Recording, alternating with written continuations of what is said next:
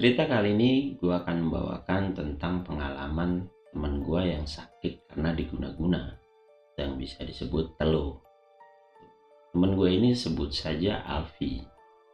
Nah, si Alfi ini dulu pernah mendadak sakit gitu. Sakitnya dia ini lumayan lama, sampai 2 tahun. Penyebabnya nggak tahu sakitnya apa. Gitu, lama-lama badannya habis, kurus, sampai udah tinggal kulit sama tulangnya aja. Waktu itu gue dapat info dari teman gue bahwa memang Alfi ini sakit parah. Gue dapat info itu setelah dia udah 3 bulan sakit. Nah, suatu hari gue datang tuh ke rumah sakit untuk jenguk dia. Pas gue masuk ke dalam ruangan, gue lihat dia udah terkapar tuh. Memang pas gue lihat tuh badannya tuh udah kurus banget. Dulunya nggak terlalu kurus banget gitu, tapi ini udah tinggal kulit sama tulang gitu. Ya gue coba tanya ke orang tuanya dong, Alfi ini sakit apa om? Orang tuanya bilang tadinya tipes awalnya, terus dibawa ke rumah sakit lain, dia bilangnya kena paru-paru basah. Bawa ke rumah sakit lain, dibilangnya kena TBC. Nah, di situ orang tuanya udah bawa ke orang pintar gitu. Nah, tapi orang pintar itu tahu sebenarnya, tapi nggak bisa mengobatinya katanya, karena memang sakitnya ini sudah terlalu parah. Kata orang tuanya begitu ngomong ke gua. Nah, akhirnya setiap seminggu sekali gue datang situ untuk jenguk dia gitu. Dia tuh nggak kenalin gue sama sekali. Gue dan teman gue yang datang, apalagi orang tuanya juga nggak dikenali. Aneh sakitnya. Tiba-tiba waktu itu gue lagi ada telepon, terima telepon. Nah, gue lagi dalam ruangan, gue dapat telepon, gue keluar tuh dari ruangan itu. Ada bapak-bapak yang nyamperin gue tuh. Nah, bapak-bapak, tapi dia keluar dari kamar sebelah. Dia nanya ke gue, temennya yang sakit ya mas, katanya. Gue bilang iya pak, ada teman saya yang sakit, katanya. Sakit apa? Sakit paru-paru, gue bilangnya gitu. Karena memang dari kondisi tubuh kelihatan kayak orang sakit paru-paru. Udah, dia bilang, oh boleh saya lihat nggak mas? Tiba-tiba dia bilang begitu, otomatis gue masuk ke dalam untuk minta izin dong ke orang tuanya bahwa memang ada yang mau ngejenguk orang dari uh, kamar sebelah. Ya udah tuh, akhirnya diperbolehkan sama orang tuanya, masuklah bareng gue juga gitu kan. Nah, dia ngeliat tuh temen gue yang sedang terbaring gitu. Dia cuman pegang kepalanya, gak lama dia begini, dia ngeliatin dari atas sampai kaki, udah cukup sampai situ doang gitu kan. Gak lama dia ngobrol tuh sama orang tuanya, ngajak ngobrol ke depan. Nah, gue ngikut dong ke depan. Dia memberitahukan bahwa memang apa yang dia lihat dia di tubuhnya teman gue si Alfi ini, katanya ada orang tinggi besar menggunakan belangkon, dan satu orang berbadan besar hitam diri di perutnya dia yang sedang menginjak perutnya dia gitu. Nah, make sense karena setiap malam itu perutnya si Alfi itu sering sakit, terus kepalanya itu suka pusing. Itu aja yang dia teriak-teriak gitu. Nah, mungkin gue percaya nggak percaya ya, tapi kalau dari penyakitnya jangan-jangan iya gitu kan. Akhirnya dia ngomong ke orang tuanya dan gue, dia bilang gini, Pak, Mas, besok saya balik lagi, malam ini saya akan tirakat, besok saya datang akan bawa air minum. Dia bilang gitu. Tapi kalau saya nggak datang, kemungkinan Mas yang itu udah nggak bisa tertolong, dia bilang. Wah, gua kaget dong. Bapak-bapak itu tiba-tiba ngomong begitu gitu. Maksud gue dia Tuhan bukan gitu kan, dia cuma seorang manusia gitu kan. Aneh aja dia bisa ngomong begitu. Tapi orang tuanya dia percaya. Yang gue aneh gitu ya, gue jawab, gue tanya dong ke orang tuanya teman gue si Alfi ini, om percaya om? Kata dia, ada jalan lain emang, ada cara lain kah? Kata dia, ya juga sih gitu. Akhirnya tuh bapak-bapak itu pulang tuh. Gue sama orang tuanya Alfi masuk lagi ke dalam. Besoknya karena rasa penasaran gue datang lagi ke rumah sakit. Kebetulan gue sendiri datang ke sana gitu, karena kan memang udah janjian sama bapak-bapak tadi, katanya dia mau datang. Udah, gue datang tuh ke rumah sakit itu.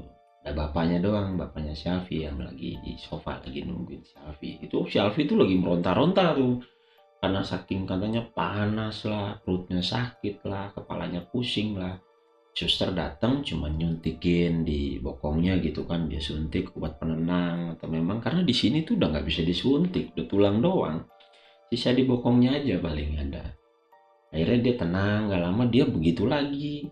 Nah tiba-tiba itu sekitaran jam jam 7 malam.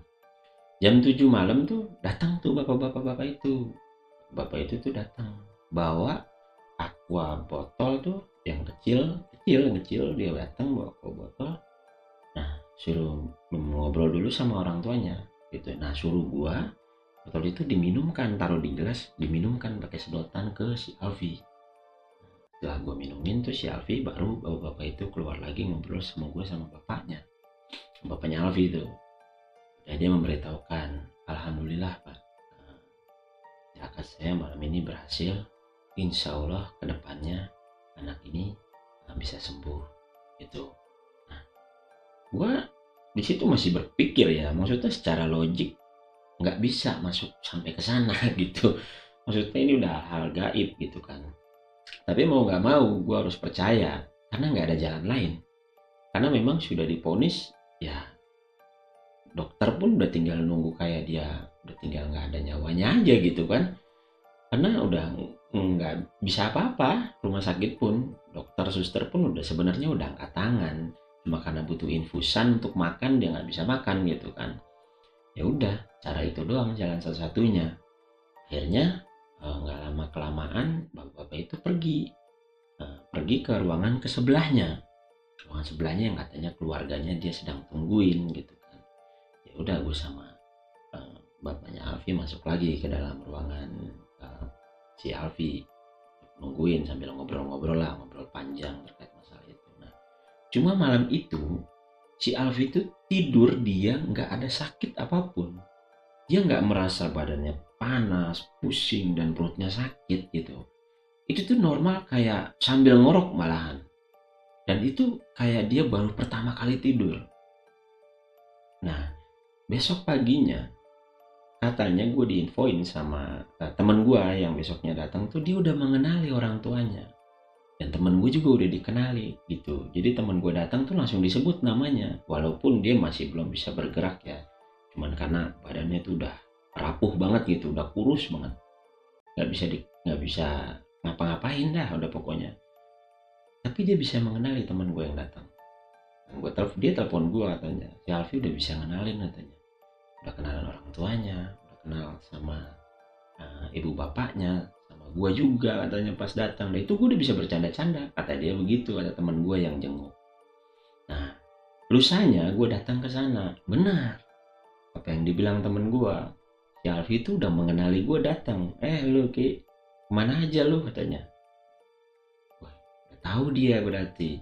Ya, kenal gue tadinya sebelumnya enggak sama sekali kenal gue, dia cuma bengong liatin gue dengan tatapan kosong, nggak tahu siapa. Akhirnya dia udah bisa mengetahui gue itu siapa. Nah semenjak saat itu tuh lama-lama dia pulih, udah bisa pulang dari rumah sakit gitu. Tapi memang badannya masih lemas karena udah tinggi, jalan aja pun udah susah karena udah saking kurusnya. Nah akhirnya beberapa bulan dia rawat jalan di rumahnya, ini itu dia sembuh.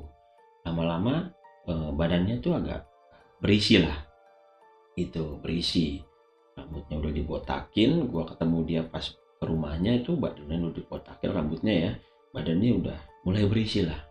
Nah, dia mulai jadi orang normal lah.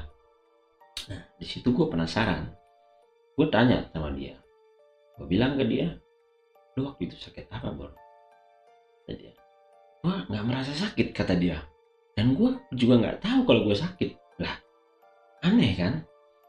Di situ sedangkan itu parah, dikasih lihat videonya kok, gue kasih lihat videonya dia tuh kalau lagi sakit teriak-teriak tuh gue kasih unjuk, ini lu sakit. Dia pun jadi bingung, apa ini gue, kata dia. Dia nggak merasa dia sakit, kayak dia tidur aja katanya, dia nggak merasa apa-apa. Nah, di situ gue aneh, sakit apa yang diderita dia sampai kayak begitu gitu. Nah, waktu itu waktu ke rumahnya gue ngobrol sama orang tuanya gitu, gue ngobrol lagi sama orang tuanya, gue nanya tuh, waktu itu kan gue udah nggak kesana-sana kan.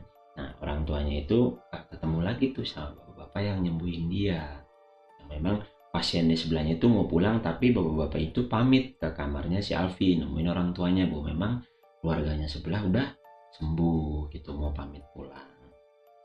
Nah bapak-bapak itu memberitahukan ke orang tuanya Alfi bahwa memang eh, si Alfi ini salah sasaran katanya. Yang menjadi sasaran tentu bapak katanya. Tadi ya, loh kok bisa? Waktu itu mungkin Alfi salah makan apa yang diberikan orang. Salah makan yang diberikan orang yang bahwa memang udah disesajen atau apalah itu. Gitu. Jadi Alfi yang kena. Tapi insya Allah kata bapak-bapak itu ngomong ke orang tuanya, itu sudah dijauhkan. Itu udah dibersihkan lah sama bapak-bapak itu melalui tirakatnya. Udah alhamdulillah sebenarnya itu. Ternyata dari situ katanya Alfi mendadak sakit dari semenjak makan apa yang diberikan teman orang tuanya. Sebenarnya orang tuanya tahu siapa tapi nggak bisa disebutkan itu siapa, dan itu memang udah diberitahukan ke bapak itu nggak perlu dibalas, yang penting anaknya bisa sembuh. Sampai sekarang alhamdulillah Alfi udah mulai gemuk, sekarang udah gemuk banget, dan dia imannya semakin tebal karena memang dia ngikut pengajian dimanapun itu. Dia jadi pengajian di masjid, dia jadi hampir mau jadi guru ngaji mungkin ya, karena ngikut pengajian di mana-mana. Sekarang udah mulai sehat, dia udah buka usaha sekarang, alhamdulillah umurnya panjang. Itulah